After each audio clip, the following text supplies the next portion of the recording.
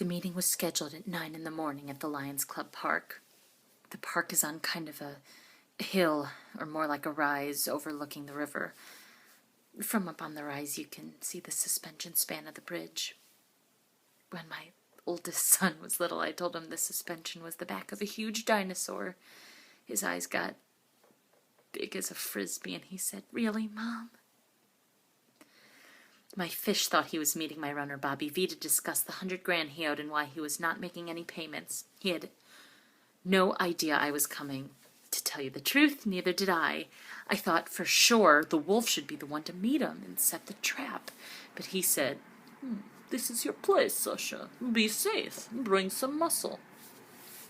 By muscle, he meant Jerry Spodak. Spodes is 6'6", almost 300 pounds. He's an actor in local theater.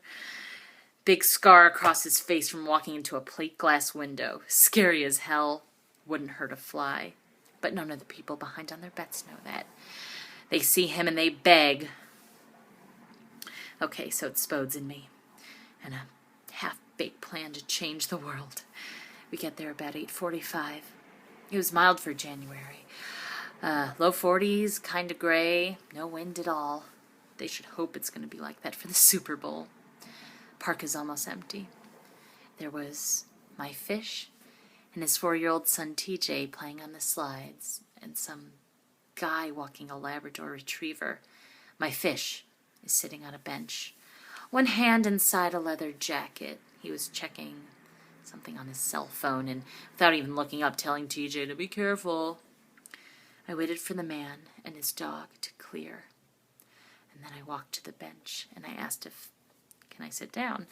Fish kind of grunted, so I took that as a yes, and I sat. I babbled something about the weather, and he sighed and mentioned the West Coast where he lives in the off-season. I can't remember what else I said until I asked what he did for a living, and he looked at me. And here's the thing, he must have recognized me. He must have, because he started to open his mouth, but stopped. And then he saw the tote bag I was carrying. The tote bag had the name of the health food store, and he froze. It was like a light bulb went off. He knew what I was there for. Absolutely, he knew. So I said, "We need to talk." So he started to rise, looking across to his son and calling, TJ, time to go." But then Spodes crossed between the bench and his view of TJ.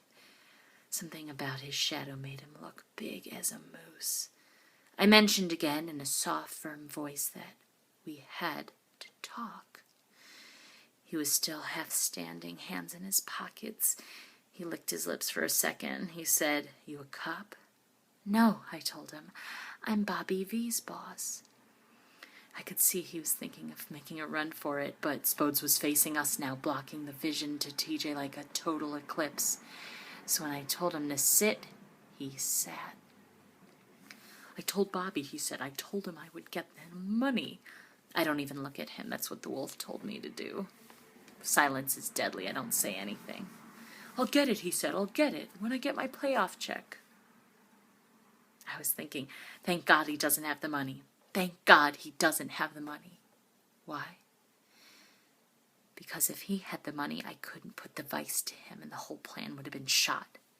The plan for my fish. Jason Thomas, third-string defensive back to throw Super Bowl 48.